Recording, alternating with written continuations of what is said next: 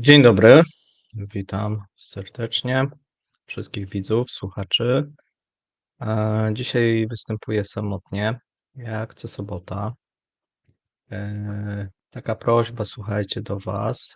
Jakbyście mogli zadawać pytania na czacie, ja będę starał się odpowiadać na te najciekawsze. Dziękuję, że chcecie ze mną spędzić tą sobotę.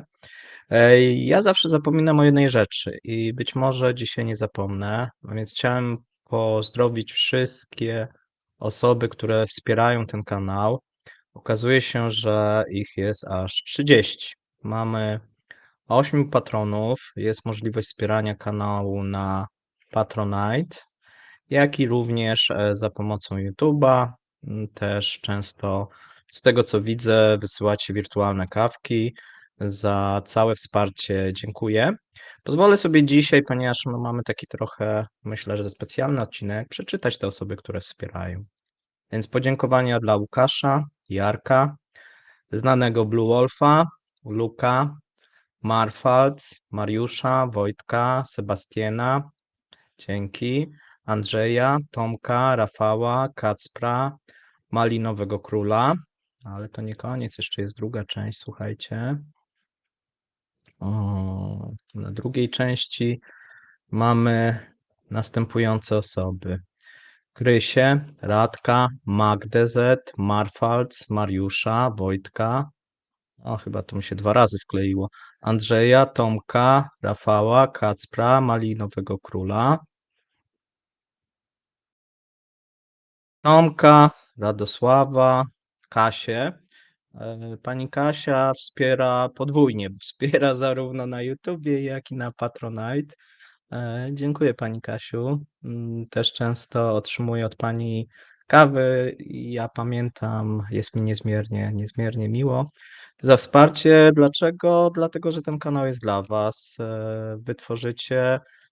Będę starał się cały czas, czy zarówno tematy, które poruszamy, tworzyć różnego rodzaju ankiety, jak i również pytać Was o zdanie. Na ten moment planowane jest następne spotkanie, słuchajcie, dla osób, które wspierają, zarówno dla patronów, jak i osób, które wspierają na YouTubie, a więc będę o tym informował już niedługo na postach. Myślę, że to będzie w przeciągu tygodnia, 2 tygodni, ponieważ tak mniej więcej chyba było miesiąc temu, a więc warto byłoby to zrobić. Tu już piszecie, że jest dzisiaj wieczór gaduły. Możliwe. Ja chyba lubię dużo mówić. A w życiu prywatnym chyba mniej, więc chyba tutaj się bardziej tak jakoś udzielam. Natomiast słuchajcie, dzisiaj przejdziemy sobie do tematu przepowiedni. Ja swego czasu o pewnych rzeczach pisałem, natomiast 31 grudnia 2022 roku zabawiłem się w coś takiego jak przepowiednie na 2023. I tutaj sobie możecie te przepowiednie sprawdzić. Ja podaję adres tego. Słuchajcie, na ekonomii Rosji, jeżeli ktoś do tej pory nie czyta, nie subskrybuje tego, chyba na razie nie ma możliwości subskrypcji, ale pewnie będzie niedługo. Będziemy pracować z Mateuszem nad tym. Natomiast jeżeli sobie ktoś otworzy tego linka właśnie z grudnia i z Sylwestra 2022 roku, no to zobaczy podsumowanie, które było puszczane zarówno na Twitterze, jak i na ekonomii. Tam było 10 takich punktów, które sobie dzisiaj omówimy. Zobaczymy, jak wypadamy. Czy coś trafiłem w tym kasynie, czy też wszystko zostało przestrzelone. Myślę, że to będzie dosyć fajny, mm, takie fajne sprawdzenie, tak? Ja co jakiś czas będę chciał coś takiego robić. Jest w tym troszeczkę zabawy, słuchajcie. Natomiast również też pokazuje, na ile te nasze analizy, które robimy z Mateuszem, lub robię czasami sam, na ile one się sprawdzają. Teraz jest mi troszeczkę łatwiej, bo tutaj jest właśnie pomoc Duża Mateusza od jakiegoś czasu, tak jak wiecie, współpracujemy. Myślę, że ta współpraca będzie się rozwijać. Więc przejdziemy sobie, słuchajcie, do 10 punktu. Na 10 miejscu przewidywałem coś takiego, jak zatytułowałem aparat terroru. I tutaj pisałem, że państwo rosyjskie zwiększy nakłady na aparat terroru, w coraz większym stopniu dotknie to zwykłych obywateli. Będziemy mieli do czynienia już nie tylko ze sztuką latania zaaplikowaną milionerom, ale z licznymi aresztowaniami, tłumieniem protestów, zamykaniem wszystkich przeciwników władzy, cenzura obyczajowa, indeks zakazanych książek, blokada internetu, wolnych mediów powinna się nasilić. No, może na tym się zatrzymamy. Yy, Wydaje się, że częściowo ten element się sprawdza. To znaczy, ten aparat terroru na pewno w 2023 się zwiększył. Wydaje się, że ta sztuka latania zaaplikowana milionerom powoli się faktycznie rozszerza, natomiast jest to proces. W mojej ocenie, jak ja w grudniu to pisałem, myślałem, że będzie ten aparat terroru większy. Niemniej widzimy na pewno, że zwiększył się budżet, jeżeli chodzi o rosyjską bezpiekę, tak? Tam mieliśmy w 2023 dosyć duże zwiększenie tych nakładów. Pisałem jeszcze, że można liczyć się z utrudnieniami w opuszczeniu Rosji, a być może z zakazem opuszczania. Obecnie ustawa mobilizacyjna ułatwia wprowadzenie potrzebnych dekretów. No i tu wydaje się, że trafiłem, bo jak pisałem to w grudniu, to jeszcze nie było tej ustawy o elektronicznych, zwróćcie uwagę, o elektronicznych, tych elektronicznych, o tej elektronicznej mobilizacji i elektronicznej potrzebie rejestrowania się w momencie, kiedy ktoś jest zmobilizowany, tak? To zostało wprowadzane w 2023 roku. No i jeżeli ktoś znajduje się na liście zmobilizowanych, a przypomnijmy, że cały czas mobilizacja w Rosji się nie zakończyła. Ona trwa, nie jest taka jak we wrześniu, w październiku zeszłego roku.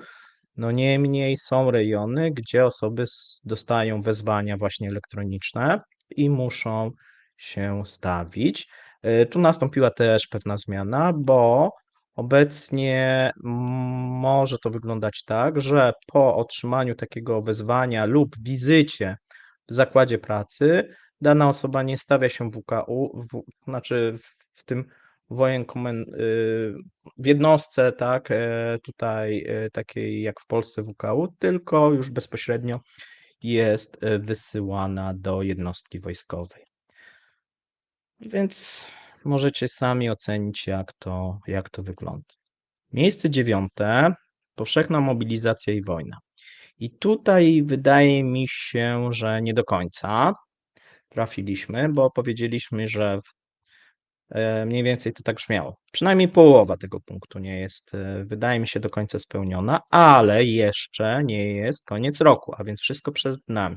Zaraz powiemy dlaczego. W 2022 roku 2022 rok można określić jako rok spóźnionych decyzji Kremla. Czy tak będzie w 2023? Na ten moment wszystko na to wskazuje, pisałem. Obecna mobilizacja jest spóźniona przynajmniej o 3 miesiące. Skutkiem fatalnej decyzji jest spadek siły roboczej w gospodarce oraz utrzymywanie większości żołnierzy w gotowości przez całą zimę. No i tu akurat trafiłem, bo się okazało, że Rosjanie planowali tą ofensywę zimową. No i ta ofensywa zimowa albo się odbyła i ona była taka częściowa, albo w ogóle się nie odbyła. I ci żołnierze de facto całą zimę przezimowali na froncie. Tutaj pisałem dalej, że obecne warunki właśnie pogodowe uniemożliwiają wysłanie rekrutów i tak dalej. I sam przewidywałem, że ta mobilizacja, następna fala będzie potrzebna w 2023. Ja przewidywałem, że ona będzie na wiosnę. Nic takiego się nie wydarzyło. To znaczy, nadal jest mobilizacja, nadal jest zwiększanie liczby tych rekrutów, których jest wysłanych, ale nie ma takiej powszechnej fali. I ja bym się spodziewał, że coś takiego może nastąpić. Dlaczego? Dlatego, że Rosjanom brakuje żołnierzy, brakuje głównie piechoty, jeżeli chodzi o obecną ofensywę. I o tym się powszechnie mówi, że ta następna powszechna mobilizacja, a być może ogłoszenie wojny, do czego część, szczególnie turbopatriotów, nakłania władzę, no jest niezbędna. Tylko że musimy pamiętać o jednej rzeczy, że w przyszłym roku są wybory i to był jeden z elementów, dla której tej wojny nie ogłaszano. No bo jeżeli będą wybory, no to prawdopodobnie te wybory musiałyby być przełożone. Tak wszystko wskazuje. No chyba, że wojna zakończy się jeszcze w tym roku. Natomiast mamy drugą część, o której tutaj mówiłem. Mówiłem sobie o produkcji wojennej. Mówiłem, że równie źle Rosja radzi sobie w trybie produkcji wojennej. To nie lata 40. zeszłego wieku. Przedstawienie się na tryb produkcji wymaga dłuższego przygotowania, opracowania wielu technologii, komponentów, których Rosji brakuje. W najbliższych miesiącach należy się spodziewać ogłoszenia wojny, ale to się nie sprawdziło.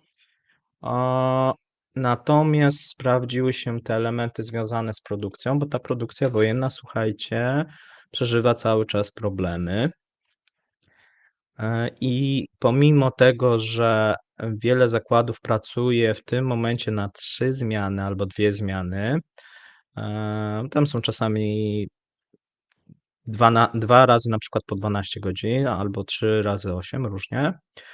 No to wygląda to tak, że jeżeli patrzymy na całą produkcję przemysłu, to ona jest porównywalna z zeszłym rokiem, co pokazuje, że przemysł wojskowy prawdopodobnie zwiększył swoje możliwości, natomiast ten przemysł cywilny nie. I pierwszy taki element, który można powiedzieć, że ta produkcja wojenna zaczyna przyspieszać, to widzimy dopiero w czerwcu. No troszeczkę może w maju, natomiast no, cały czas to nie jest to, co potrzebują Rosjanie. Na front wysyłane są głównie cały czas remontowane stare rosyjskie czołgi. Teraz głównie to jest T-54, T-55. Natomiast to się zapyta, ok, a co w takim razie na przykład z T-90 czy z nowoczesną produkcją? No i są tutaj dwa wytłumaczenia. No, ta produkcja na pewno nie trafia na front, natomiast wiele wskazuje, że Rosjanie przygotowują potencjalną kontrofensywę, czyli przygotowują taką kontrofensywę, która miałaby być oparta o ten nowszy sprzęt. Może nie najnowszy, tylko ten nowszy, powiedzmy głównie T-90. Problem pojawia się taki, w mojej ocenie, że w przypadku tych prostszych czołgów ten proces przeszkolenia jest szybszy i prostszy. Natomiast w przypadku na przykład T-90, no ten proces wymaga dłuższego szkolenia i na ten moment mogłoby się okazać, że Rosjanie nie są w stanie obsadzić tych czołgów. I tutaj też jest problem. Zobaczymy, ile faktycznie oni przygotują i czy będą w stanie w ogóle coś takiego zrobić. Tutaj już patrzę na Wasze pytania. Wolski mówił ostatnio, że do końca roku dokonią ilość sprzed wojny. Nie sądzę, Luis, nie sądzę. Patrząc na to, pan, pan, myślę, że pan Wolski akurat zna się na czołgach, natomiast jeżeli chodzi o te możliwości rosyjskie, myślę, że się tutaj myli. Dlaczego? Dlatego, że nic nie wskazuje na ten moment. Oczywiście może się okazać, że na jesieni gdzieś nastąpi przyspieszenie. Problem jest z wydajnością. Tam jest wiele problemów. Pierwszy podstawowy to jest taki, że jest jedna fabryka de facto, która produkuje. No i to jest w tym momencie takie wąskie gardło. Drugie wąskie gardło to jest elektronika w przypadku tych nowoczesnych. Tam z tego, co ja przynajmniej czytam i dowiaduję się, bardzo często czołgi wyjeżdżają z linii i potem wracają. A dlaczego? Dlatego, że na papierze one są gotowe, Natomiast po dostarczeniu ich wojsku okazuje się, że wiele systemów nie działa i muszą wrócić. A więc mamy z grubsza takie reklamacje. No oczywiście fabryki się tłumaczą, że to pewnie się gdzieś po drodze popsuło, nie? Natomiast wydaje się, że tutaj są narzucane pewne, jak to zwykle w Rosji, limity produkcyjne. Te limity są spełniane, natomiast już czołg, który wraca w reklamacji, no to już jest inny przypadek, tak? Jak gdyby rozumiecie, tak? Mniej więcej produkcyjnie idą zgodnie z planem, natomiast, że jest dużo reklamacji, jest dużo usterek, jest dużo wad, no to już jest inna sprawa. E,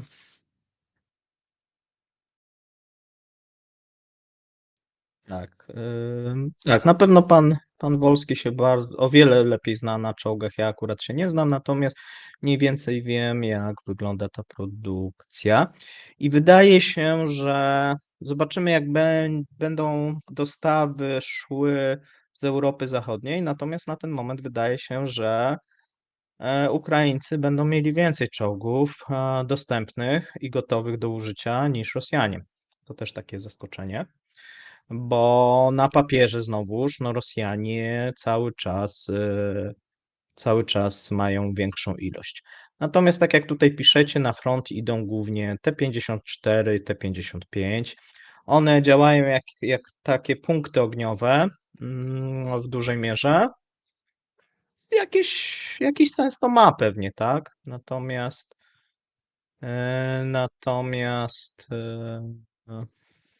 no zobaczymy. Zobaczymy, czy oni będą chcieli przesuwać te nowoczesne czołgi na front, bo na ten moment tego nie robią, licząc na to, że ta kontrofensywa ukraińska w którymś momencie się załamie i będą mogli odbić czy zająć część terenu.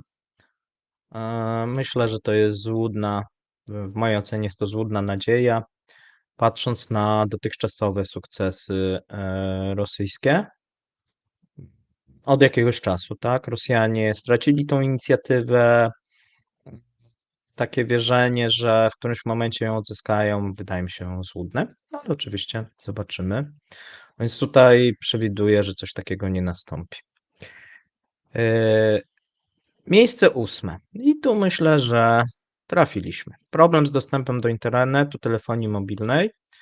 Tutaj pisałem, że od przyszłego roku Nokia, Ericsson, która posiada 50% wszystkich urządzeń telekomunikacyjnych w Rosji, nie zamierza dostarczać ich do Rosji, niczego nie zamierza dostarczać. To się sprawdziło. Do podobnego ruchu szykował się Huawei. To się częściowo sprawdziło, ponieważ zamknął swoje biura w Rosji, zwolnił pracowników, natomiast jakieś elementy dostarcza przez partnerów. Natomiast w przypadku głównie Nokii i Ericssona, no mamy sytuację taką, że Rosjanie próbują cały czas kupować te produkty z krajów trzecich i próbują mm, je piracić, tak? No nie wiem, jak to inaczej nazwać, czyli próbują e, zmieniać soft, który jest w nich wgrany, hakować te elementy, tak żeby to działało.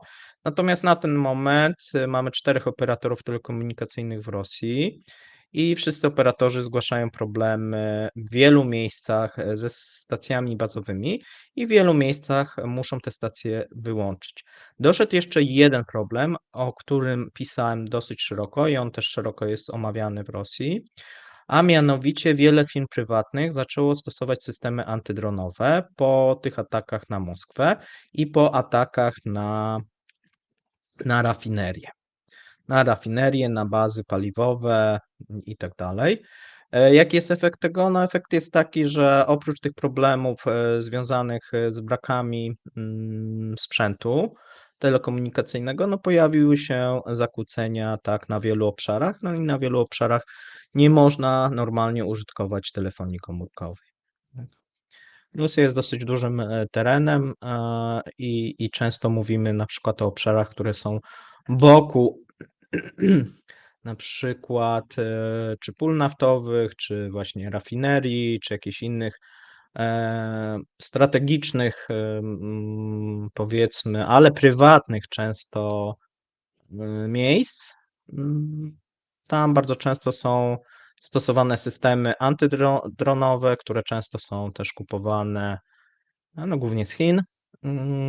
No i wygląda to tak, że bardzo często korzystanie w tych miejscach z telefonii, jak i również z GPS-u jest utrudnione.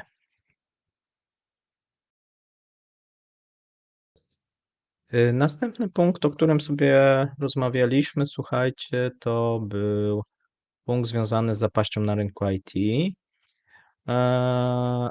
I myślę, że to idzie powoli. No ja spodziewałem się troszeczkę szybszego, chyba tutaj, ponieważ spodziewałem się, że większość producentów przestanie utrzymywać obecne rozwiązania, co grozi blackoutem technologicznym, zapaścią przemysłu cywilnego oraz usług. Wydaje się, że to są takie elementy, natomiast to idzie, wydaje się, że wolniej niż zakładałem. Tak, natomiast jedna rzecz jest bliska, to znaczy rząd dyskutował o możliwości wprowadzenia zakazu importu do Rosji komputerów i laptopów firm zagranicznych i ustanowienia jednego producenta krajowego. Tutaj chodzi głównie o firmę ICL, czy tam ICL. No i tutaj oni cały czas lobbują za tym i wydaje się, że ten monopol nie wszedł, ale może to jeszcze nastąpić, tak? Dlatego, że tam jest dosyć silny lobbying i część tutaj szczególnie posłów Dumy, jak i również ministrów obecnego rządu jest za tym rozwiązaniem. No i słuchajcie, teraz przechodzimy do miejsca 6. I to Was pewnie zainteresuje. Miejsce 6. Dewaluacja rubla. No i pisaliśmy, że obecnie jesteśmy świadkami dewaluacji rubla przeprowadzonych przez rynek w sposób kontrolowany. To było w grudniu. Zwróćcie uwagę. Dewaluacja ta powinna zostać przeprowadzona w lipcu. Chodziło o to, że ja uważałem, że rząd powinien przeprowadzić wcześniej dewaluację waluty, a nie ona się zaczęła tak naprawdę w listopadzie, w grudniu. Taka no, początkowa, ona nie była tak silna jak w tym roku, to co obserwowaliśmy, natomiast no, powiedzmy od październik, listopad, grudzień ta waluta zaczęła spadać. W grudniu mieliśmy już taką malutką mini panikę, jeżeli chodzi o rynek detaliczny. No i tutaj pisaliśmy, że obecna dewaluacja jest kontrolowana przez bank centralny i jest kołem ratunkowym rzuconym eksporterom węglowodorów. Niemniej, tak jak pisaliśmy, ten ruch przed świętami prawosławnymi świadczy, że sytuacja eksporterów nie jest za dobra. No i jak my to mniej więcej patrzyliśmy na rok 2023? Czy w 2023 rubel jeszcze się osłabi? Odpowiedź. Wszystko wskazuje, że tak i to mocno, a związane to będzie ze zwiększającym się deficytem finansów państwa i drukiem rubli. W tym momencie ten deficyt finansów państwa cały czas, tak jak wiecie, od początku roku jest. Co prawda, w czerwcu mamy nowe wyniki szacunkowe Ministerstwa Finansów i Ministerstwo Finansów chwali się kolejny raz. Mieliśmy taki chyba przypadek w marcu, tak, teraz znowu się chwalą wysoką nadwyżką, którą nie są w stanie wytłumaczyć, bo ta nadwyżka wynikałaby z tego, że dochody z ropy i gazu spadają o 47%, natomiast pozostałe dochody rosną, no i wydatki zostały bardzo silnie zmniejszone. Ja opowiem jutro, jak to czytać i co jest w tym, co oni przekazują, jest prawdą, w mojej ocenie oczywiście, a co wydaje się, że jest manipulacją. No i teraz to, co pisałem, nie będzie pomagała malejąca konsumpcja, drożejący import. No i właśnie z tym drożejącym importem mamy do czynienia. Powstanie zaklęte koło, biedniejący Rosjanie, mniej realnie wpływów z VAT i podatków, a taniejący rubel będzie powodował biednienie Rosjan. Powstanie typowy krąg recesyjny. Tu w tym momencie jeszcze tego krągu nie mamy, ale on już za moment powinien być. O co chodzi?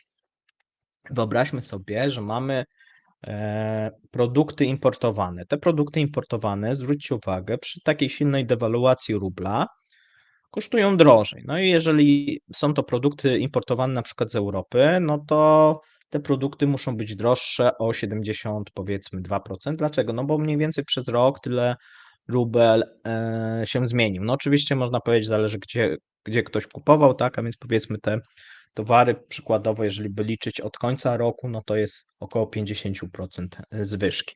A więc te towary importowane muszą rosnąć, również w przypadku towarów chińskich. Dlaczego? Dlatego, że w przypadku juana tam mieliśmy rok do roku wzrost na juanie, czyli spadek tego rubla w stosunku do juana o ponad 50%. No i teraz mamy, słuchajcie, tak zwaną inflację oficjalną. Ta inflacja oficjalna wynosi 2,5%. W tą oficjalną inflację nie wierzy nikt, łącznie z rosyjskimi ekonomistami. Oczywiście wierzą polscy fani rosyjskiego miru. No niemniej będziemy mieli teraz bardzo silny efekt proinflacyjny związany z dewaluacją waluty.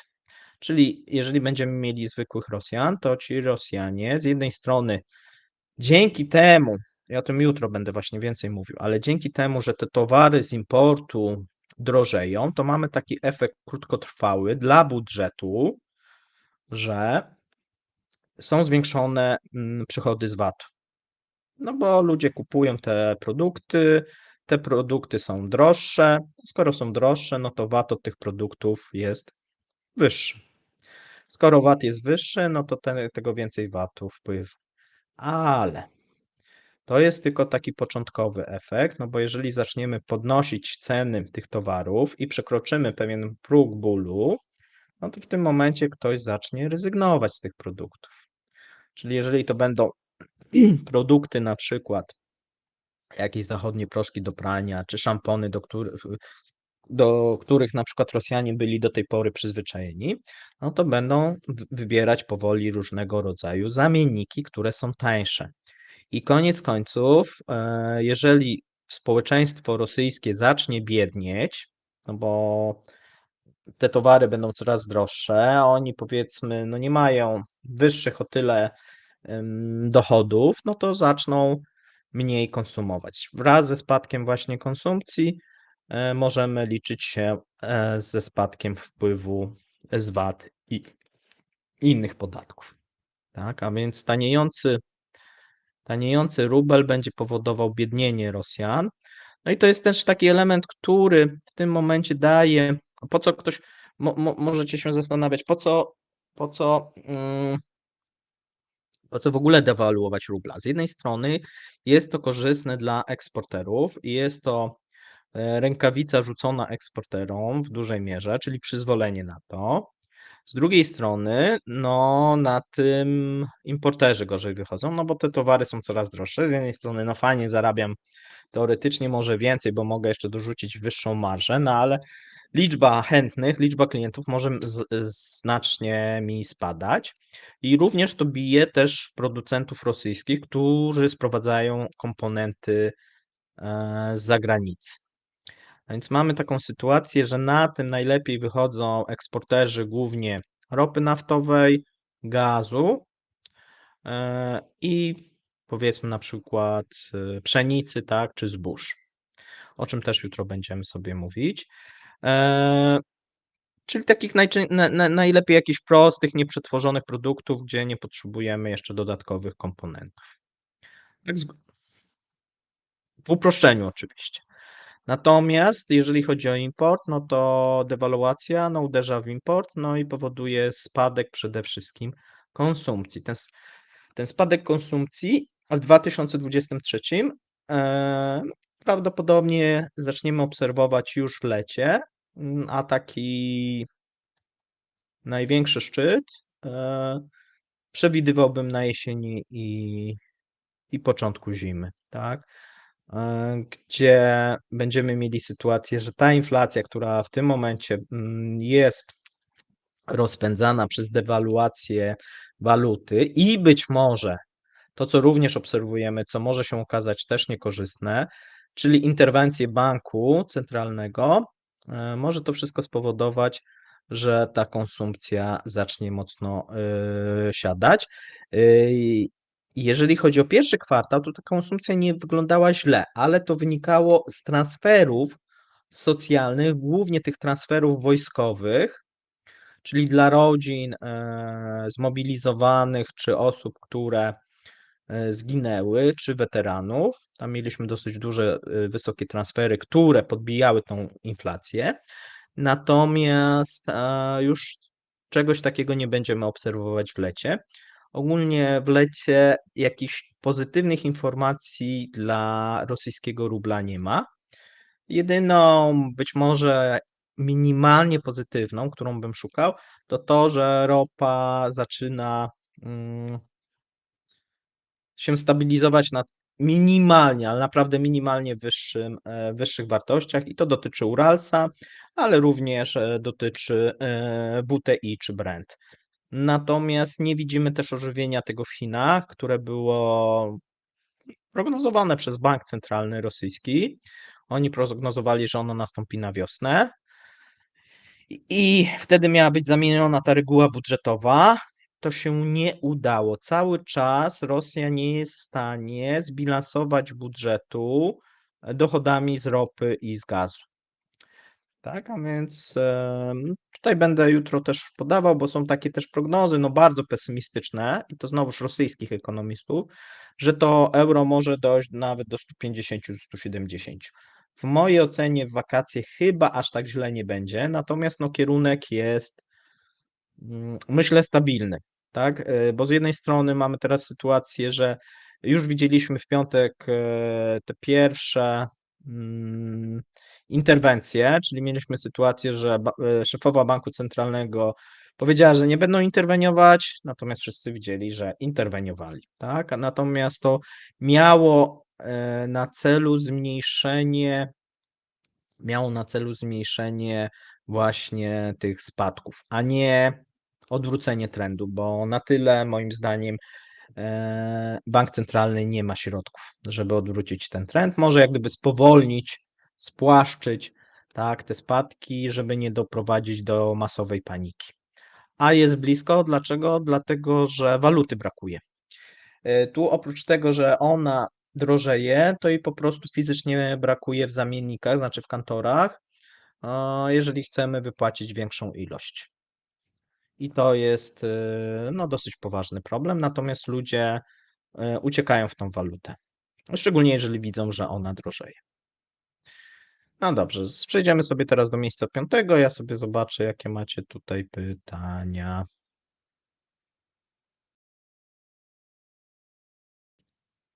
Pytacie, czy to źle? To chyba dobrze, że euro będzie drogie wobec rubla. To znaczy, dla kogo źle? Bo, bo to ja zawsze patrzę z punktu widzenia tego rządu rosyjskiego, więc jak mówię, że źle, to znaczy, że dla rządu i dla reżimu jest źle. No więc czy alternatywnie mogą kupić złoto, pytacie się. Tak, Rosjanie teraz mogą kupić złoto. Oni od zeszłego roku uruchomili taką możliwość, której wcześniej nie było, zakupu przez osoby fizyczne i to dosyć dobrze się sprawdza. To znaczy Rosjanie kupują złoto.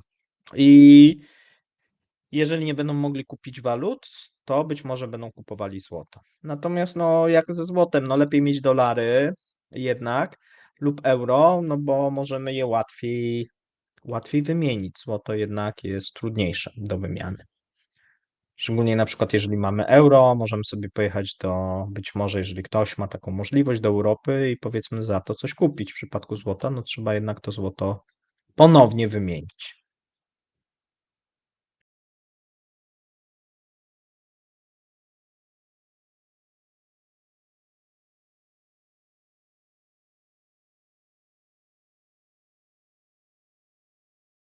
Mm, Dobrze. Tutaj nie wiem, o co się pytasz, troll, z zapowiedziami. Musisz to uszczegółowić. Przejdziemy sobie do punktu piątego, o którym sobie mówiliśmy w zeszłym roku. Oligarchowie. 2023 rok i to nadal utrzymuję. Uważam, że to jest rok oligarchów w Rosji. Poza Rosją będziemy świadkami konfiskaty ich majątków. No i tu powoli widzimy, że to nabiera coraz większego rozpędu, bo mówimy teraz o no myślę, że w tym roku to już się stanie, czyli konfiskata zarówno majątków oligarchów, jak i tych pieniędzy banku centralnego, jeżeli chodzi o Euroclear, jeżeli chodzi o Europę. I tu mówimy o kwotach 200 miliardów, jeżeli chodzi 200 miliardów euro, jeżeli chodzi o bank centralny i 40 kilku miliardów, jeżeli chodzi o rosyjskich biznesmenów. Zobaczymy, czy wszystkie pieniądze zostaną przekazane Ukrainie. Coś czuję, że część może zostać przekazana i to byłby chyba dobry ruch, bo spowodowałby być może większe poparcie dla tego pomysłu, czyli przekazania krajom i firmom, które utraciły swoje majątki w Rosji lub na skutek na przykład szantażu gazowego poniosły straty. Tak, tutaj głównie mówimy o Niemczech, Polsce, kilku krajach, Austrii też. A więc jest szansa, że coś takiego nastąpi. Natomiast od jakiegoś czasu zwróćcie uwagę, że mówimy o nowej prywatyzacji. Tak? Ja coś takiego przewidywałem właśnie w zeszłym roku i pisałem. Władza odda w ręce prywatne kolej, transport, a przede wszystkim ziemię. Już teraz obowiązuje ustawa, według której będzie można dowolnie wydzierżawić prywatne grunty, odebrać rolnikom nieuprawianą ziemię. Coś takiego faktycznie obowiązuje i w tym momencie cały rząd i zauważcie również Putin mówi o tak zwanej nowej prywatyzacji, która ma lada tak naprawdę dzień, myślę, że w przeciągu miesiąca, 2, no w tym momencie są tworzone odpowiednie ustawy i odpowiednie szczegóły, czyli rozpocząć prywatyzację majątku publicznego. Tutaj się mówi o kolei, o transporcie, o rosyjskiej poczcie, o również różnego rodzaju atrakcyjnych działkach no i właśnie ziemi. A do rozdania, słuchajcie, jest teoretycznie 60% gruntów, bo tyle posiada Federacja Rosyjska, tak? Czyli te grunty państwowe stanowią aż 60% całości wszystkich gruntów. Oczywiście no, są miejsca, których pewnie nikt nie będzie chciał kupić, natomiast często są to działki dosyć atrakcyjne. A więc jest to jakiś element, po który prawdopodobnie władza sięgnie, jak i również mówiliśmy o tym, że być może nastąpi nacjonalizacja. I tu pisałem o tym, że w ramach rekompensaty otrzymają często wywłaszczone majątki firm zachodnich. I coś takiego się właśnie, słuchajcie, szykuje, czyli nacjonalizacja, ta ustawa, która ma znacjonalizować te wszystkie firmy, które chcą opuścić Rosję i za pewną opłatą sprzedać te firmy rosyjskim oligarchom, tudzież przedsiębiorcom, jak to woli. I tutaj też o tym się mówi, że może się okazać, że to, co do tej pory było niedostępne dla Chińczyków, czyli ta ziemia i możliwość pracy przede wszystkim, osiedlania to mniejszy problem, ale głównie pracy, może okazać się, że zostanie odblokowana w tym roku. I ja cały czas to podtrzymuję, że w tym najpóźniej w 2024 Chińczycy będą mogli się osiedlać, a przede wszystkim dostaną pozwolenia na pracę i będziemy mieli podobną sytuację, jak mamy w Afryce, gdzie mamy różnego rodzaju przedsiębiorstwa chińskie i mamy dosyć dużą ilość pracujących Chińczyków. W tym momencie czegoś takiego nie obserwujemy, ale znaczy na małą skalę nadal obserwujemy w Rosji, ale zaczyna się to zmieniać. Dlaczego? Dlatego, że są tworzone, o czym mówiłem, coraz większe ilości spółek joint venture. W tym momencie, i to jest następna rzecz, którą chciałbym żeby zostało zapamiętane. W 2023 roku juan wyprze dolara jako ta główna waluta rozliczeniowa, jeżeli chodzi o Rosję. Już takie elementy widzieliśmy w czerwcu. To się powinno utrzymać i główną walutą rozliczeniową dla Rosji będzie juan. Jest to fatalna w mojej ocenie informacja. Dlaczego? Dlatego, że 22 marca zgodził się na to Putin. Znaczy on powiedział, że w tych rozliczeniach międzynarodowych może być stosowany i jest pożądany juan, co powoduje, że on w tym jak gdyby makroregionie azjatyckim, czyli Rosja, Azja Centralna i jeszcze pewnie kilka krajów, główną walutą rozliczeniową nie będzie dolar, nie będzie rubel, bo czasami tak było teraz, tylko będzie juan. No i to powoduje, że tworzy się taki pewien krąg krajów, które są pod silnym wpływem chińskim. No i mamy oczywiście Azję Centralną, ale również Rosję.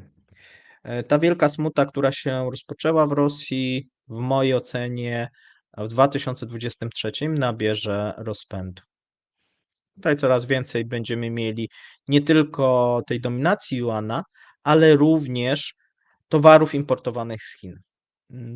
Myślę, że już na jesieni te towary będą stanowiły powyżej 50% wszystkich towarów importowanych do Rosji.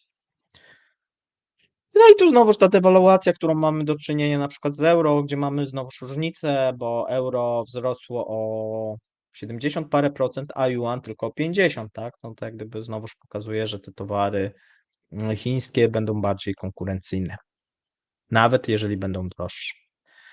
Miejsce czwarte. I to również podtrzymuje, słuchajcie, na ten rok cały czas, wydaje się, że sprawdziło się, zmniejszenie produkcji i eksportu gazu. No i ktoś mógłby powiedzieć, no to było proste do przewidzenia. Być może, słuchajcie, tak, ale pamiętajcie, że ja to pisałem w grudniu. Już wiedzieliśmy, że tego gazociągu nie będzie, no ale rosyjscy fani mówili Chiny, Indie, będziemy tam eksportować LNG i tak dalej. No i co z tego wychodzi? No wychodzi wielkie G, bo cały czas wygląda na to, że jeżeli chodzi o ten gaz rurociągowy, no tutaj mamy cały czas spadki. Już widzimy, że mamy zamykane odwierty gazu, Gazprom zamyka. I to jest inaczej niż w przypadku ropy, bo w przypadku ropy nie mamy tak wielu odwiertów zamykanych jak w przypadku gazu. W przypadku gazu, jak jeszcze w zeszłym roku ten gaz był palony, no to w tym roku Rosjanie starają się nie palić tego gazu, tylko po prostu zamykać te odwierty i być może wygląda wszystko na to, że nie będą mogli ich ponownie w wielu miejscach uruchomić ponownie. Tak, a więc tutaj ktoś pisze, że nacjonalizacja zachodnich firm już nastąpiła. Fabryki obróbki metalu z maszynami CNC, cały oddział w Rosji został przyjęty, ściągnięto szyldy firmy i zaczęto produkować części na wojnę. Tak, no myślę, że to będzie ten kierunek. Niekoniecznie wszystkie fabryki zostaną przerobione na fabryki wojenne, natomiast to nacjonalizacja będzie następować, tylko że tutaj jeszcze jest potrzebna ustawa, tak, no bo ale to myślę, że powinno nastąpić. Tak, że taka ustawa. Znaczy, obecna ustawa, która jest dyskutowana, to jest dyskutowana, żeby nie było takiej pełnej nacjonalizacji, tylko żeby firmy zachodnie miały do wyboru albo czekać powiedzmy 8 lat na sprzedaż, albo pójść tak zwaną szybką ścieżką i sprzedać to za powiedzmy 10-15% wartości firmy. Nie? Czyli będą mieli takie zło i większe zło, albo zło i mniejsze zło i będą sobie mogli wybrać. Tak. Jeżeli chodzi o lotnictwo cywilne, słuchajcie, no tam mamy cały czas zapaść, oni sobie jakąś tam radzą, kanibalizują. Natomiast sytuacje, o dziwo, o dziwo mamy w miarę stabilną, bo nic jeszcze nie spada. Mamy dosyć dużo opóźnień. Zobaczymy, jak będzie w lecie, tak? No bo jednak te loty w lecie będą większe. Cały czas nie ma oddawanych nowych samolotów, a więc to, co robią, no to latają głównie na tych wyleasingowanych, które sobie ukradli, no i które gdzieś tam te części do nich kanibalizują z innych. No i to się jakoś tak kręci. No pewnie w którymś momencie przestanie się kręcić, kiedy, nie wiem, no tutaj trzeba by się zapytać osoby, które na tym się lepiej znają.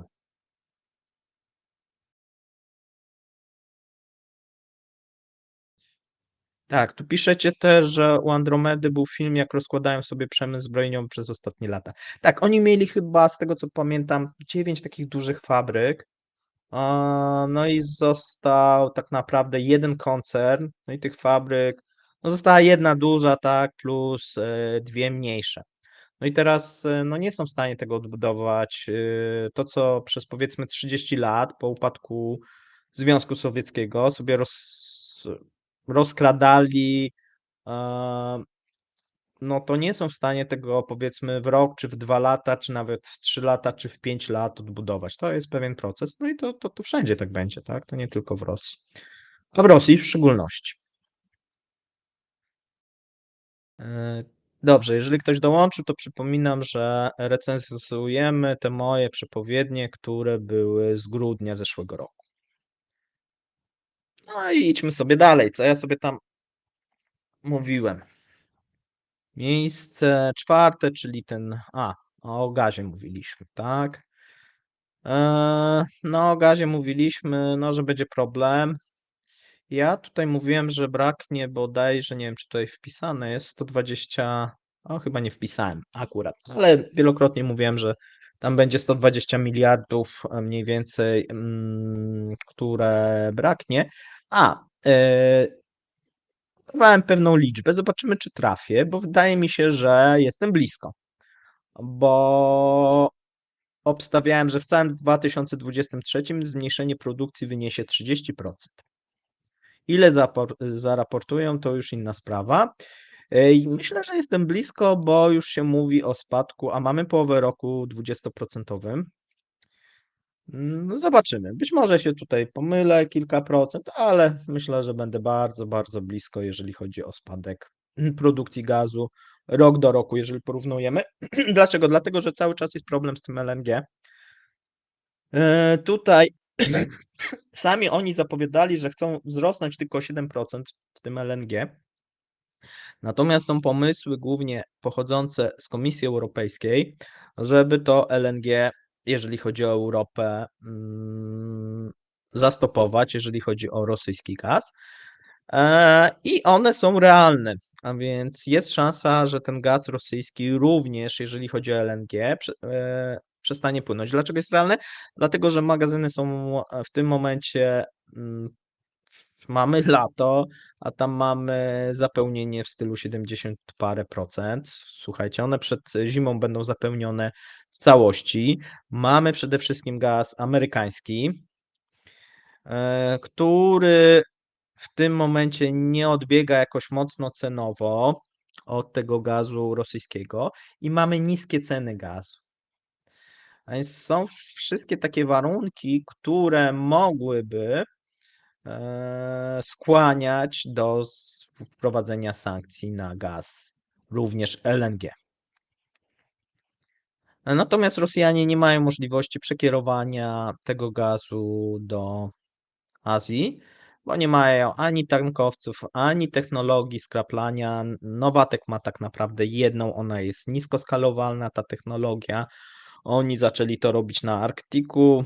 Mm, To nie wygląda dobrze. Nie wygląda dobrze, żeby mogli w przeciągu tego roku i być może nawet następnego sobie z tym poradzić. Tutaj również ta gazyfikacja, która była zapowiadana właśnie, nie odbywa się.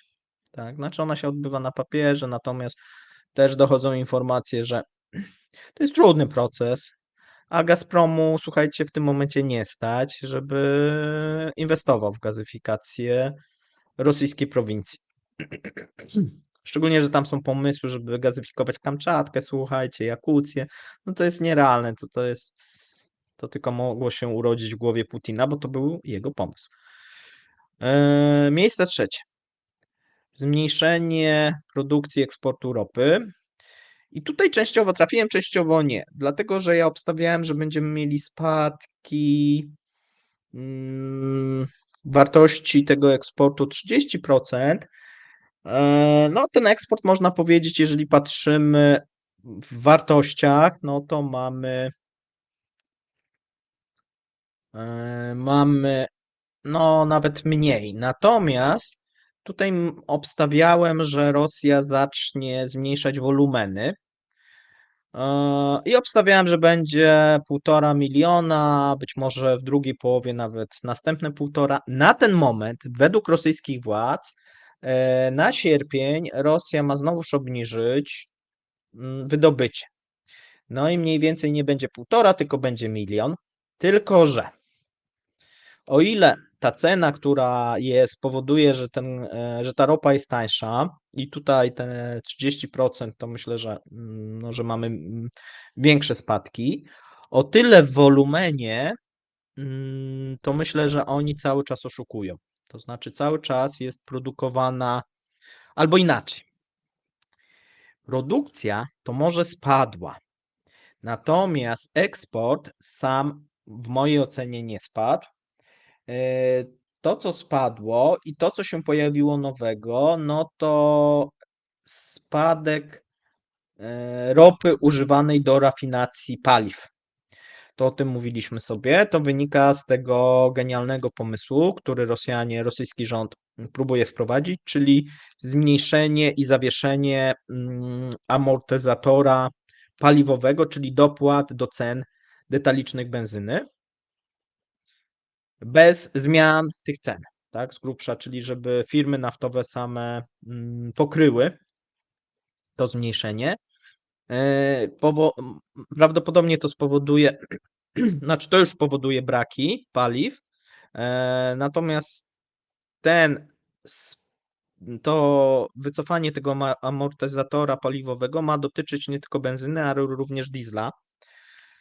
No co będzie powodować, że zarówno benzyny, jak i diesla będzie brakować.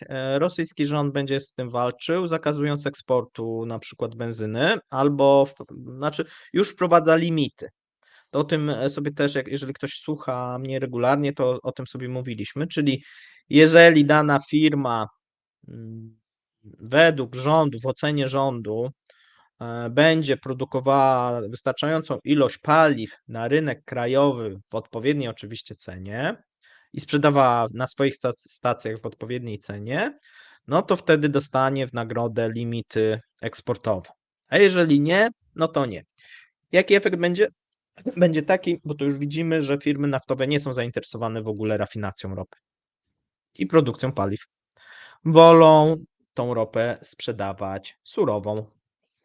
Szczególnie jeżeli mamy dewaluację rubla, nie? No bo po co mamy sprzedawać za ruble na rynek krajowy, skoro możemy sprzedawać na rynek zagraniczny. Oczywiście paliwa, no fajnie, tylko że na tych paliwach ta marża, która w zeszłym roku była wysoka, ona spadła przez te sankcje, bo w lutym weszły sankcje na paliwa, a więc żeby sobie nie robić problemów, to prawdopodobnie duża część tych firm będzie chciała zarabiać głównie na surowej ropie. No to jest prostsze.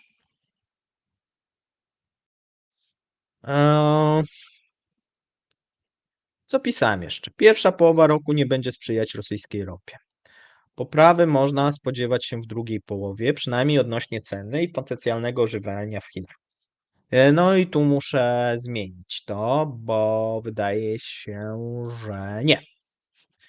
To potencjalne ożywienie się przesuwa. Już nie jest to połowa roku, być może jesień, a być może 2024. Bo teraz to my mówimy bardzo często o recesji w Chinach. Więc zobaczymy, tak? To z tym takim odbiciem w Chinach. to wszyscy trochę za wcześnie to ogłosili. Zobaczymy, jak to będzie, natomiast tego potencjalnego jakiegoś silnego impulsu po-covidowego, no tak się wtedy wydawało, jeszcze w zeszłym roku oni mieli ten COVID w grudniu i że wyjdą z tego COVID-u i wtedy będzie ożywienie. Wyszli z COVID-u, ożywienia nie ma. A więc teraz co miałoby spowodować to ożywienie? No, być może koniec, żeby nastąpiło teraz ożywienie, no musiałby nastąpić koniec recesji w Europie i w Stanach, na co częściowo się zapowiada, natomiast to może być proces powolny, a więc to nie będzie nagłe ożywienie i nagłe zapotrzebowanie w Chinach na ropę, tylko będzie stopniowe, a Chiny zbudowały sobie olbrzymie w tym momencie, największe na świecie, rezerwy ropy naftowej. A więc tu nie ma co liczyć, że ta ropa nagle wybije powyżej 100, tak, czy 120, czy jakieś tam, czy 150, jakichś takich wartości, o których jeszcze mówiono na przykład w zeszłym roku. Dlaczego? Dlatego, że Chiny nie będą nie będą mieli jakiegoś takiego nagłego wzrostu, tylko to będzie stopniowy proces, wszystko na to wskazuje i mając te rezerwy ropy, będą mogły tak naprawdę decydować i dyktować cenę ropy. Tak, jeżeli ta cena w ich pojęciu będzie za wysoka, będą mogły sobie uwalniać te rezerwy, bo do tego służą. Tak, a więc Chiny zaczną się bawić w taką grę, którą widzieliśmy, jeżeli chodzi o Stany Zjednoczone, a więc mamy nowego gracza na rynku ropy naftowej i to nie byle jakiego, moim zdaniem.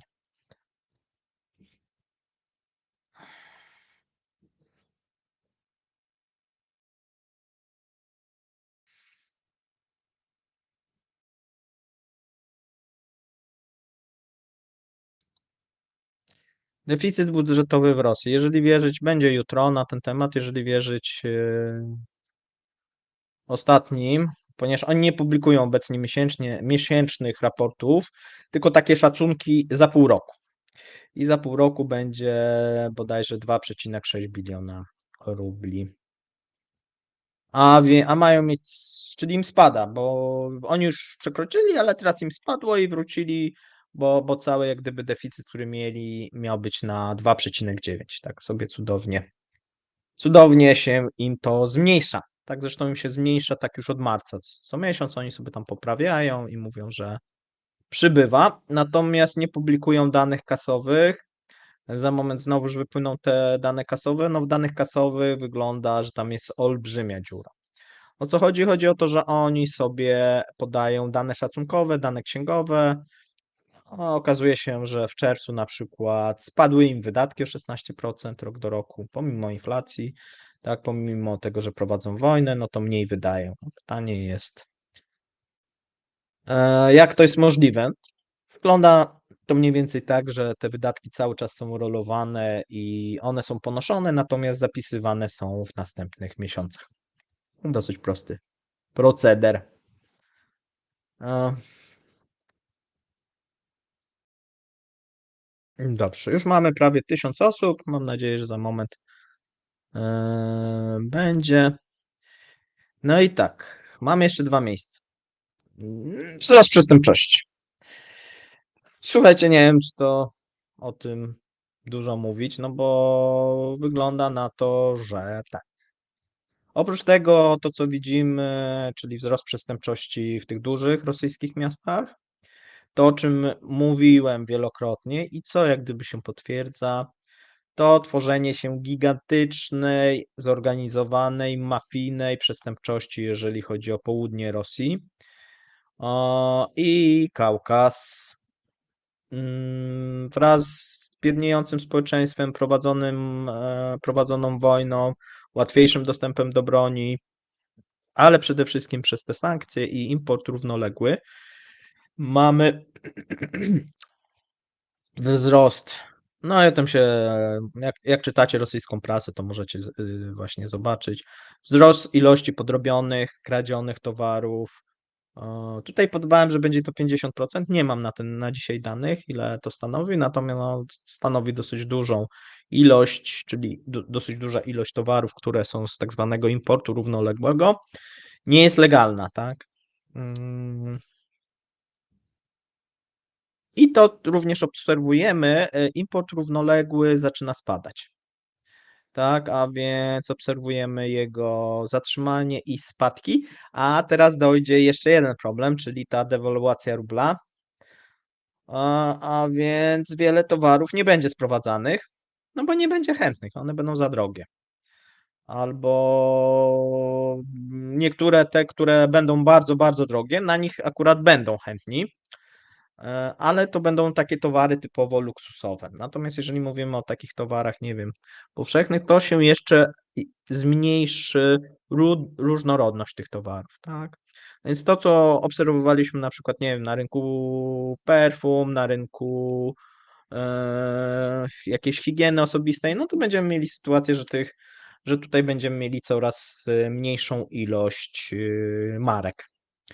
No bo będą sprowadzane głównie te, które są najpopularniejsze, na których można najwięcej i najszybciej zarobić, no a inne mniej popularne przestaną być w ogóle sprowadzane.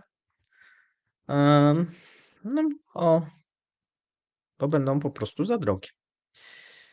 Yy,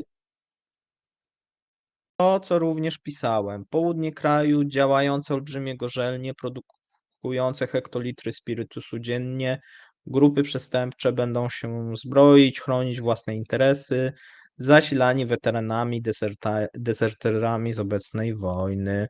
No i coś takiego, słuchajcie, widzimy. O tym się może mniej mówi u nas, natomiast znowuż w rosyjskiej prasie się to zaczyna przebijać.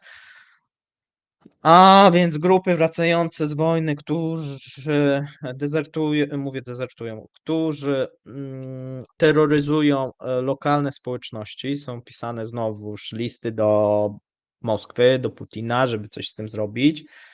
Natomiast oni dostali amnestię, a więc są traktowani jako weterani wojenni chyba obecnie. No i jest z tym problem. Natomiast największy problem chyba obecnie i największe te fortuny, no to są na tych muzułmańskich gorzelniach produkujących nielegalny alkohol. Tak, tam de facto już widzimy, że ta władza federalna no nie ma wstępu, nie ma co robić. Tak. A będzie coraz gorzej, tak?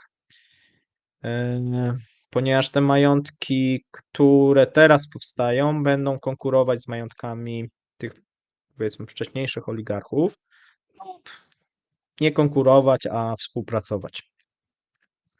A więc ja obstawiałem, że w 2023 będzie to problem typowo rosyjski i nadal to obstawiam. Natomiast w następnych latach ta przestępczość rozszerzy się na inne kraje. I to również podtrzymuje cały czas. Wszystko na to wskazuje. Przejdźmy do miejsca, słuchajcie, pierwszego. Mamy 1000 słuchaczy, a więc sam raz na miejsce pierwsze. Spadek realnych dochodów Rosjan. No i podtrzymujemy. Wydaje się, że się sprawdza. Zacząłem nietypowo. W 2019 naukowcy Uniwersytetu Finansowego w Rosji zaproponowali wprowadzenie wskaźniku BIMBR-u do oceny sytuacji gospodarczej kraju. No i dowiedzieliśmy się, że udział bimbru i nielegalnego alkoholu jakiś czas temu był 35% całej konsumpcji.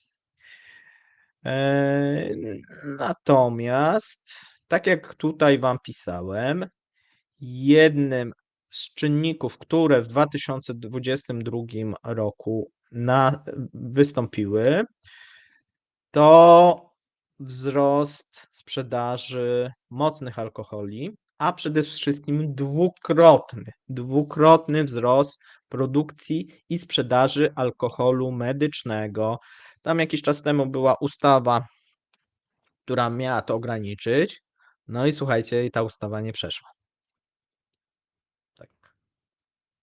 A więc bardzo to ciekawe. No, w każdym bądź razie, oprócz tego, że mamy olbrzymie te gorzelnie korzystają też często już z gotowego surowca, czyli z tego alkoholu medycznego. Część właśnie może produkować właśnie alkohol medyczny, nie na rynek detaliczny, tak, tylko na inne rynki. No, oczywiście jest to nadużywane, wykorzystywane. Obecnie wydaje się, że w Rosji, no, mamy olbrzymi wzrost, jeżeli chodzi o spożycie. To również wam podawałem i to się utrzymuje w 2023, tak. Wraz z tym biedniejącym społeczeństwem mamy też takie nowe trendy, czyli coraz więcej kobiet, które sięgają po te mocne alkohole. Głównie są to likiery i wina, takie te wzmacniane, to chyba ma 20% czy coś takiego. No tam mamy olbrzymie wzrosty. Tak, to są kilkaset, a nawet są mm, jakieś alkohole, gdzie mamy kilka tysięcy procent wzrostu i to mówimy o tych legalnych, tak? A tak jak mówię, bardzo duży udział jest nielegalnych. Dlaczego nielegalnych, to już kiedyś tłumaczyłem. To wynika też z pewnej polityki, którą Rosja sobie przyjęła w zwalczaniu właśnie problemu alkoholowego i wydaje się, że do któregoś momentu nawet miała jakieś sukcesy za tego Putina. Natomiast od momentu inwazji, no, mamy trend odwrotny. I idzie to w kierunku tego, co widzieliśmy w latach 90. Czy będzie aż tak źle? Nie wiem, ale jeżeli wojna jeszcze potrwa 2-3 lata, to myślę, że dojdziemy do podobnego spożycia i do podobnego problemu, z którym Rosja borykała się w latach 90. No, a przypomnijmy, że wtedy właśnie miała, zresztą tak sami Rosjanie nazywają ten okres Jelcyna tą wielką smutą, gdzie wiele osób no, traciło swoje majątki, tak, popadało w biedę. Wydaje się, że tutaj być może za jakiś czas będziemy mieli podobny efekt, no bo już mamy spadki tych dochodów. Oczywiście, jeżeli spojrzymy znowuż na oficjalne wskaźniki, to tam chyba są wzrosty. Natomiast no, jeżeli waluta się dewaluuje o 70% rok do roku, no to o jakich wzrostach my możemy tutaj, czy 60, tak? O jakich wzrostach my możemy mówić? Tak. No i oczywiście inflacja jest, żebyście dobrze zrozumieli, 2,5%.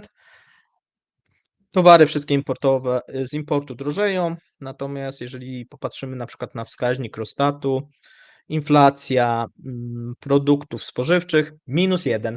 W Rosji jest deflacja, czyli idziecie do sklepu, chcecie kupić mąkę, jest taniej, chcecie kupić makaron, jest taniej, no wszystko jest tańsze, tak, o te 1%. No niestety tak nie jest, no a to już też wielokrotnie mówiliśmy dlaczego, tak. A więc wskaźniki powoli te wskaźniki jak gdyby odrywają się od rzeczywistości, tak, jeżeli te, które są publikowane. Jeszcze pokrótce słuchajcie, co tutaj pisałem. Co przyniesie nam 2023 rok? I to podtrzymuję, bo to jest ciekawe też. Produkty w imporcie równoległym będą droższe ze względu na niższą dostępność, mniejsze wolumeny, import tego typu będzie istniał, lecz nie będzie popularny, powoli będzie wymierał, oprócz punktu tam drugiego. Waluty będą coraz droższe, a rubel będzie tracił na wartości. I teraz następne. Nieoficjalna inflacja będzie kilka razy wyższa od oficjalnej. No, chyba trafiłem. Część towarów nie będzie dostępna w sklepach za ruble. No też mamy już te pierwsze sklepy, gdzie można kupić za dolary i za euro. Następnie do tej pory firmy zachodnie tworzyły 40% rosyjskiego PKB. Spora część z nich nie będzie działać lub ograniczy do minimum działalność. No to widzimy, skończą się pieniądze z odpraw, to też widzimy, które napędzały konsumpcję, bo sporo firm, które zwalniały pracowników, musiały robić to jako zwolnienia grupowe i tam były wypłacane odprawy na przykład 3-miesięczne, 5-6-miesięczne, tak? No, w tym roku już wydaje się, że tego nie będzie. Eee, Co jeszcze tutaj ciekawego? Świadczenia socjalne zostaną ograniczone, ich wartość w rublach będzie maleć. Wartość w rublach maleje, jeszcze nie mamy tych ograniczeń, ale jeszcze poczekajmy, bo wydaje się, że zaczynają się tam pojawiać już problemy, tak? Czyli dodatek wojenny dla na przykład żołnierzy nie jest płacony, czy jest z dużym opóźnieniem. No są problemy na razie, jeżeli chodzi o przepływy, tak? Okej. To mniej więcej, słuchajcie, tyle. Muszę odebrać telefon, bo mój syn dzwoni. Zaraz do was.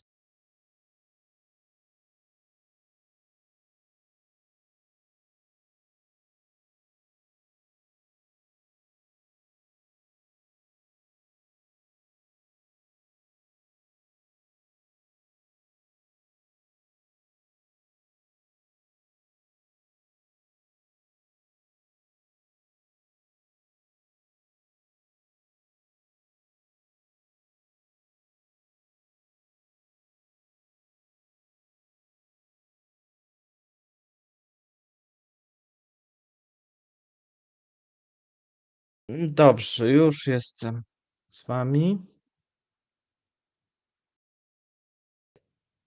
Dobrze, to mniej więcej tyle byłoby. Dlaczego sklepy tylko za dolary, euro, a nie za juany? Na tych rejonach przygranicznych zaczyna się tworzyć coś takiego nieoficjalnie. To znaczy, tam można za juany kupić w sklepach. To jest ciekawe. Natomiast nie ma oficjalnie. Tak, takie putinowskie peweksy, tak. Dobrze. Poruszacie temat PKB. A jaki wpływ PKB Rosji mają zachodnie firmy, które nadal tam pozostają, czy zwiększają swoje obroty? Nie, zachodnie firmy raczej nie zwiększają swoich obrotów. Oczywiście są takie, które działają, powiedzmy, tak jak działały, ale ich jest garstka. Większość tych firm, to jest ponad 2000 firm, które chce wyjść z Rosji, które złożyła wnioski o wyjście, nie? Bo trzeba dostać specjalne pozwolenie. No to jak chcecie wyjść, to będziecie zwiększać obroty, żeby. Po co? Nie? Przecież to tak to nie działa, tak? A więc jeżeli chcecie wyjść, no to robicie wszystko, żeby te pieniądze wytransferować sobie z tego kraju i ograniczyć. A więc jeżeli popatrzymy na liczbę firm, które ograniczyły działalność, no to jest większość.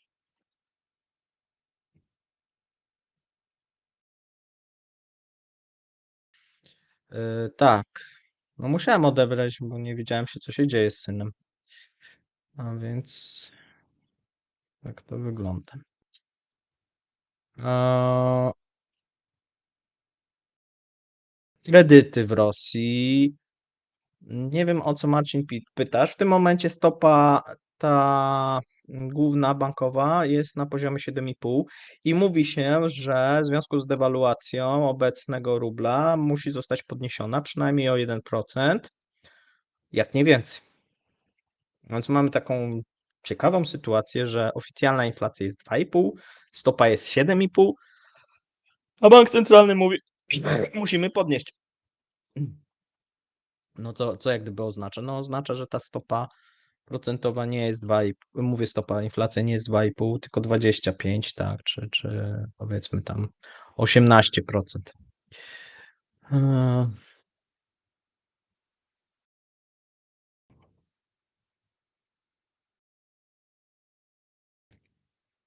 mm, Tu piszecie, że ostatnio oglądałem film, że ruski żołnierz dostał żołd za marzec i się cieszył.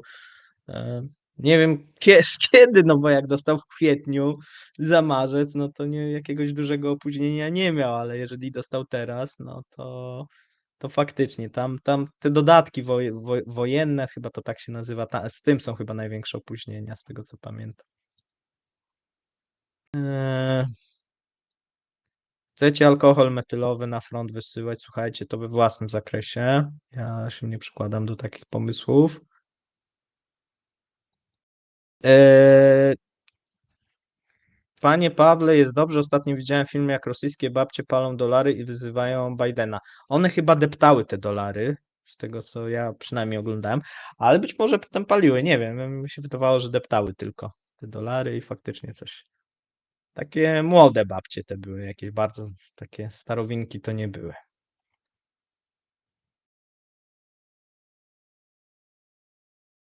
Tu piszecie, jakby ci fabrykę zabrali, to nie wiem, czy byś się pchał. No właśnie, słuchajcie, z tym business as usual, co tak wszyscy mówią, że tak po tej wojnie to tak, no właśnie tak nie do końca będzie. No bo jak znacjonalizują im te wszystkie fabryki, to czy ktoś tak będzie chętnie się wyrywał. No, ktoś tam będzie. No, ale tłumu chętnych do inwestowania w Rosji nie będzie. Chyba że będzie prochiński rząd i będą inwestować Chińczycy. No najpierw musicie mieć stabilność tą polityczną i pewność, że nikt wam tego nie zabierze, tak? A żeby mieć taką pewność, no to najlepiej jest politycznie to jakoś uregulować. A więc bardziej obstawiam tutaj cały czas. Zresztą to ciekawe, bo fani rosyjscy też często, ci polscy na przykład mówią, że tutaj będzie przeorientowanie na wschód i na Pekin. Jako coś pozytywnego to przedstawiają. I akurat się chyba z nimi zgadzam, bo w mojej ocenie też będzie przekierowanie na wschód i na Pekin, tylko ja to oceniam negatywnie dla Rosji. I podobnego zdania są rosyjscy turbopatrioci. A więc jestem w takiej, w takiej dziwnej sytuacji, że mówię to, co rosyjscy fani, że Rosji grozi przeorientowanie na wschód, na głównie Pekin i Indie, ale głównie Pekin, na Chiny. I mówię, że to jest zagrożenie, tak samo jak rosyjscy turbopatrioci. Dziwne, nie? E, Waluta BRICS oparta o złoto, którą mówią Rosjanie. Nie będzie tej waluty. E, To znaczy, to jest moja opinia. O, może się tu będę mylił. I wtedy pan Paul powie, ale się myliłeś, BRICS prowadził super walutę opartą o złoto. Nie. Dlaczego? Dlatego, że Chinom zależy, żeby rozliczenia, i z tym jestem w stanie się zgodzić, żeby rozliczenia były w juanach. I zobaczcie, co się dzieje. Tak jak mówię, Rosja przechodzi na juany, Azja Centralna przechodzi na juany i wiele krajów azjatyckich, wiele rozliczeń, na przykład z sąsiadami Chin, również odbywają się w juanach. To będzie pewien proces. Niemniej Chinom raczej będzie zależeć na tym, żeby kontrolować tą walutę, a nie tworzyć jakąś sztuczną, nową walutę, na którą jeszcze nie będą mieli kontroli. No przecież to jest bez sensu. Skoro można wprowadzić swoją. To tak jakby teraz Amerykanie powiedzieli, że wprowadzą Americano i zrezygnują z tego dolara, bo chcą taką mieć opartą o złoto międzynarodową. No po co? Mając własną walutę, można tą walutę sobie drukować do woli, obniżać jej wartość, zwiększać wartość swojego eksportu, konkurencyjność. Pełno, pełno zalet. Jaka zaleta jakiejś wspólnej waluty BRICS i jeszcze z Indiami? Nie, nie kupuję tego. Natomiast oczywiście rozmowy mogą trwać, tak? Natomiast w mojej ocenie nie dojdzie do wprowadzenia czegoś takiego. Co z rozliczeniem z Indiami, jeśli chodzi o Jana, raczej nie pałają no na razie właśnie Indie nie chcą rozliczać się w juanach, cały czas Rosjanie o to zabiegają.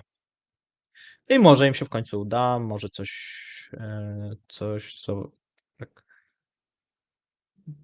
piszecie, że jestem rosyjskim turbopatriotą. O, no może trochę. Trochę jestem.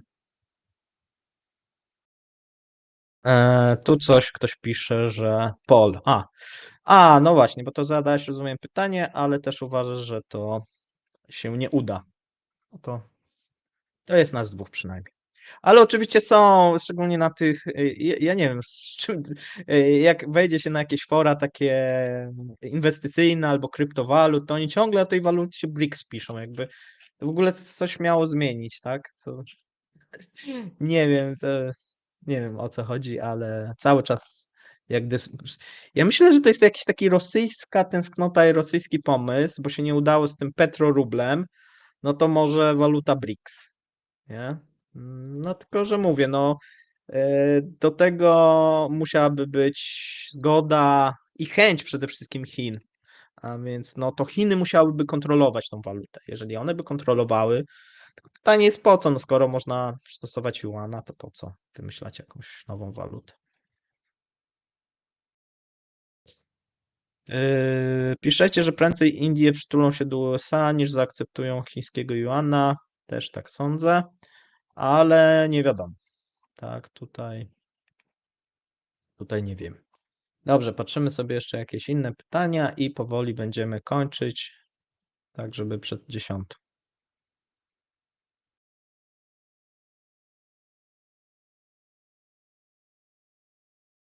Piszecie, że do północy będziemy dzisiaj siedzieć. Nie sądzę, ja za moment kończę, nie wiem jak wy. Rozumiem, że się świetnie bawicie.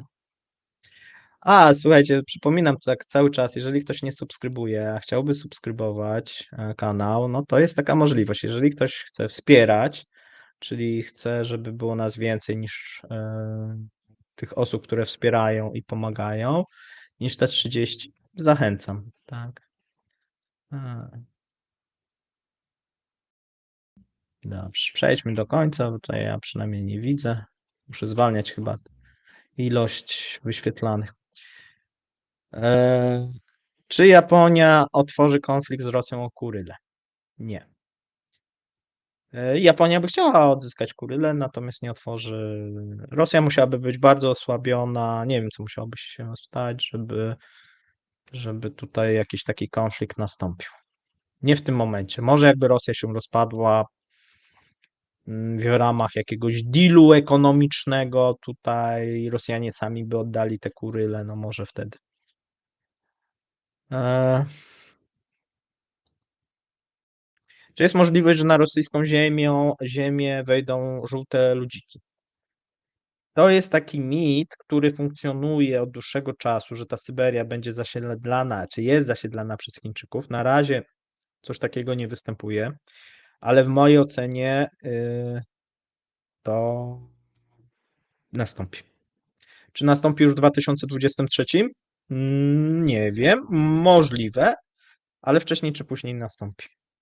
Dlaczego? Dlatego, że ta współpraca rosyjsko-chińska i wasalizacja Rosji przez Chiny będzie postępować. I w którymś momencie naturalne będzie, że Chińczycy będą jednak, mając już swój prochiński rząd i swoich prochińskich oligarchów, będą chcieli inwestować i rozwijać tę współpracę. Tak? Tam są surowce, jest ziemia uprawna, no jest wiele rzeczy, którymi Chińczycy mogą być zainteresowani, a jest to bliżej niż Afryka.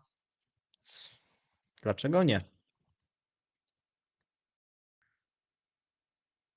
Tak, widziałem Prigorzyna, tak, tak, Borata, tak, widziałem te zdjęcia w perukach. O, tutaj dziękuję, jest wsparcie. Jak często to bywa od pana odkamieniacza. A więc jeżeli ktoś ma problemy z odkamienieniem, to tutaj mamy reklamę. Dobre pytanie. Jak się ma rosyjski przemysł petrochemiczny? No właśnie, i tu jest problem, bo jeżeli oni zaczną zmniejszać tą rafinację ropy, to również się odbije na przemyśle petrochemicznym. Tam są potrzebne dosyć duże inwestycje. I patrząc na przykład na Saudi Aramco czy amerykańskie firmy, no to oni jak gdyby idą w tym kierunku, a Rosja nie. Rosja ma duże jak gdyby zaległości. Kiedyś to wyglądało lepiej, natomiast ostatnio nie wygląda dobrze. Oczywiście w planach to wygląda dobrze, tak? Natomiast realnie nie przedstawia się niestety zbyt pozytywnie. No i to jest, słuchaj, dobre pytanie. Ile Rosja zarobi na nacjonalizacji? Tego nikt nie wie. Tego nikt nie wie. No bo to można różnie szacować, tak? No wiemy mniej więcej, jaki jest ten majątek, za ile oni sprzedadzą, za ile ci rosyjscy oligarchowie kupią. Nie wiem. Ja tego nie podejmuję się wyliczyć, tak? Natomiast w mojej ocenie to w jakimś tam stopniu nastąpi. Dlaczego? Dlatego, że Rosjanie, jest jak gdyby potrzeba dwóch rzeczy. E, Z jednej strony pieniędzy dla budżetu na prowadzenie wojny i z drugiej strony ugłaskania, dania coś o swoim, tak? Tym oligarchom, no bo oni jednak na tej wojnie z jednej strony zyskują jakieś kontrakty i tak dalej, no ale z drugiej strony tracą te majątki na Zachodzie, a jak im znacjonalizują i skonfiskują mówię znacjonalizują, skonfiskują te majątki, no to no nie będą szczęśliwi. A więc jeżeli dostaną coś w zamian, no to na otarcie łez, tak, kilkadziesiąt miliardów, nie wiem, tak, czy kilkaset, czemu nie, tak?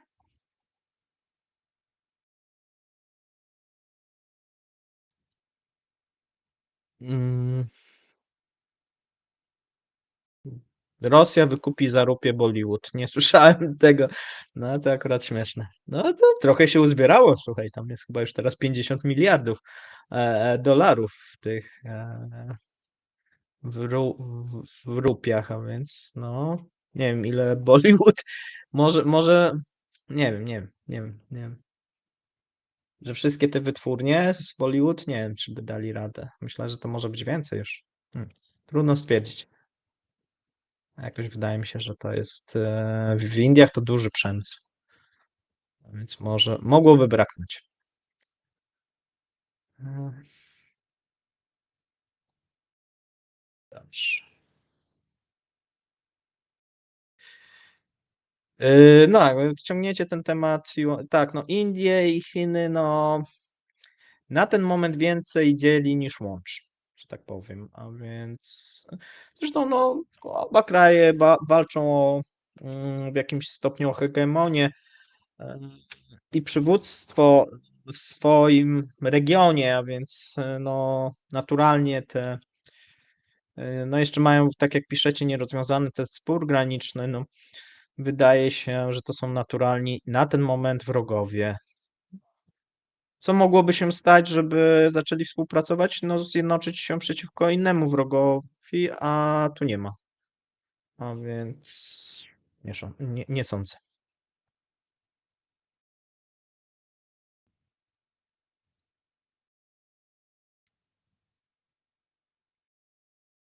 Co Indie produkują oprócz software'u? No, Indie to dużo produkują. Stal na przykład, samochody, maszyny, tekstylia. No, moglibyśmy długo wymieniać. No. To, co Chiny produkują, to Indie też produkują, tak? A więc no, zresztą trzeba popatrzeć na zmiany, na wzrosty w Indiach, tak? Jeżeli chodzi o Indię, to ich gospodarka no, cały czas jest stabilna i cały czas się rozwija. Korzystają też z tego, że mają dosyć dużą, tanią siłę roboczą, tak? A więc mogą tutaj konkurować często cenowo, co daje taką dosyć dużą przewagę. Leki produkują, tak, oczywiście, farmaceutyka cała.